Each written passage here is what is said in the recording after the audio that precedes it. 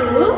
Nah, pada kesempatan kali ini kami akan membawakan materi tentang pemilihan media pembelajaran. Nah, bagi-bagiannya apa aja sih? Yang pertama yaitu pentingnya memilih media pembelajaran. Yang kedua, kriteria pemilihan media pembelajaran. Nah, untuk lebih lanjutnya lagi, mari kita simak video berikut.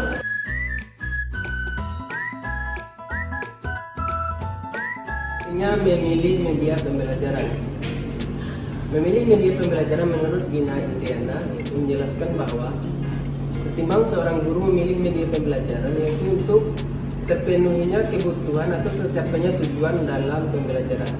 Karena apabila media yang dipilih itu tidak bisa memenuhi kebutuhan atau tercapainya satu pembelajaran, maka media tersebut tidak bisa digunakan. Menurut Riza 2016 itu menjelaskan bahwa seorang guru bisa memilih media pembelajaran pada situasi yang pertama yaitu sudah berkurangnya minat atau terhadap pembelajaran oleh seorang siswa karena bosan mendengarkan uraian dari guru karena seorang guru dalam penyampaiannya yang tidak menarik. Maka dalam situasi inilah seorang guru bisa atau munculnya media pembelajaran untuk meningkatkan kembali minat belajar siswa.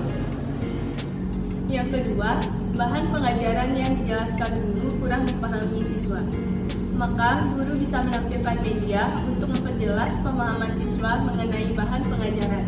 Misalnya dalam bentuk visual melalui gambar atau grafik. Yang ketiga, terbatasnya sumber pengajaran karena tidak semua sekolah mempunyai buku atau tidak semua bahan pengajaran ada di dalam sumber buku. Situasi ini menuntut guru untuk menyediakan sumber tersebut dalam bentuk media, misalnya peta atau globe.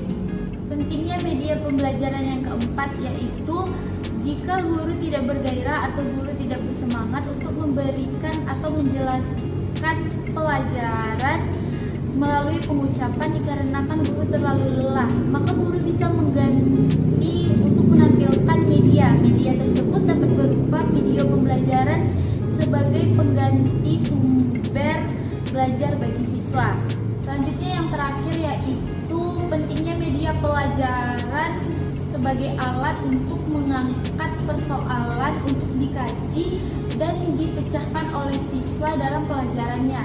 Di sini guru bisa membagi siswa ke dalam beberapa kelompok untuk bisa dan dapat menemukan solusi dari permasalahan yang telah diangkat dalam media tersebut. Baiklah, pada kesempatan kali ini saya akan menjelaskan tentang kriteria pemilihan media pembelajaran. Adapun 6 kriteria pemilihan media pembelajaran menurut Sujana Nana tahun 1989. Yang pertama yaitu adalah tujuan penggunaannya. Apakah pembelajaran itu telah memenuhi kompetisi dasar dalam yang akan dicapainya? Yang kedua, apakah media pembelajaran itu telah mencapai ranah kognitif, afektif, psikomotor, dan komunikasi lainnya? Dan apakah indera yang ditekankan pada media pembelajaran tersebut apakah menggunakan indera pendengaran, indera penglihatan, dan kedua yaitu adalah sasaran penggunaannya, di mana guru harus tahu dulu siapa peserta didik yang harus diajarnya, bagaimana latar belakangnya, bagaimana kehidupan sosialnya, bagaimana dengan karakteristiknya. Contoh dasarnya yaitu misalnya guru mengajar anak yang berkebutuhan khusus, tentu guru tidak bisa menggunakan media pembelajaran yang sama dengan anak yang normal. Yang kedua, mungkin contoh dasarnya guru mengajar di pedalaman.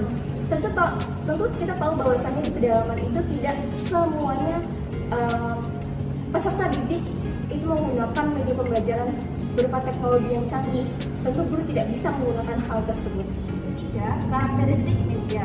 Sebelum guru memilih media pembelajaran apa yang akan digunakan dalam proses pembelajaran, guru perlu mengenali lebih dulu karakteristik dari masing-masing media pembelajaran yang ada, sehingga guru dapat membandingkan antara media pembelajaran yang satu dengan media pembelajaran yang lain, lalu memilih media pembelajaran yang lebih baik dan sesuai dibandingkan media pembelajaran yang lain. Sedangkan yang keempat, waktu. Nah, di sini guru perlu memperhitungkan berapa lama waktu yang dibutuhkan untuk membuat suatu media pembelajaran dan memperhitungkan pula berapa lama waktu yang dibutuhkan untuk menyajikan media pembelajaran tersebut. Sehingga jangan sampai media pembelajaran yang telah dibuat oleh guru tersebut dengan susah payah dan menyita banyak waktu tidak dapat digunakan secara optimal. maksimal dalam proses pembelajaran. Kelima yaitu ada biaya. Penggunaan media pada dasarnya dimaksudkan untuk meningkatkan efisiensi dan efektivitas pembelajaran. Apalah artinya kita melakukan media jika pada akhirnya justru pemborosan. Oleh sebab itu, faktor biaya menjadi salah satu kriteria yang harus dipertimbangkan. Itu ketersediaan. Jadi media pembelajaran yang kita buat tersebut, apakah nantinya peralatan atau sarana prasarananya tersedia di pasaran ataupun di sekolah.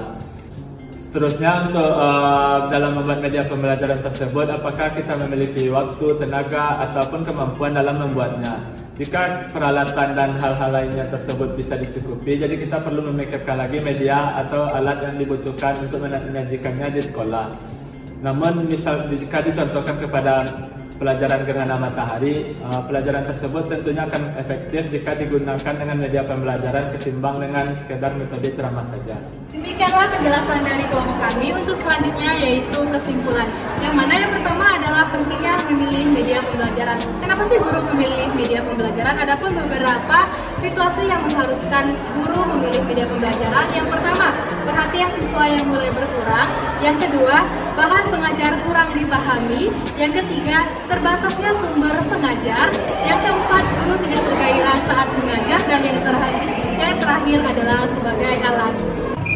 Nah, kesimpulan yang kedua yaitu tentang kriteria pemilihan media pembelajaran. Yang pertama, tujuan penggunaan. Yang kedua, sasaran penggunaan media. Yang ketiga, karakteristik media. Yang keempat, waktu. Yang kelima, biaya. Dan yang keenam, ketersediaan. Penjelasan dari kelompok kami. Semoga bermanfaat. Wabillahi taufiq wal hidayah. Wassalamualaikum warahmatullahi wabarakatuh.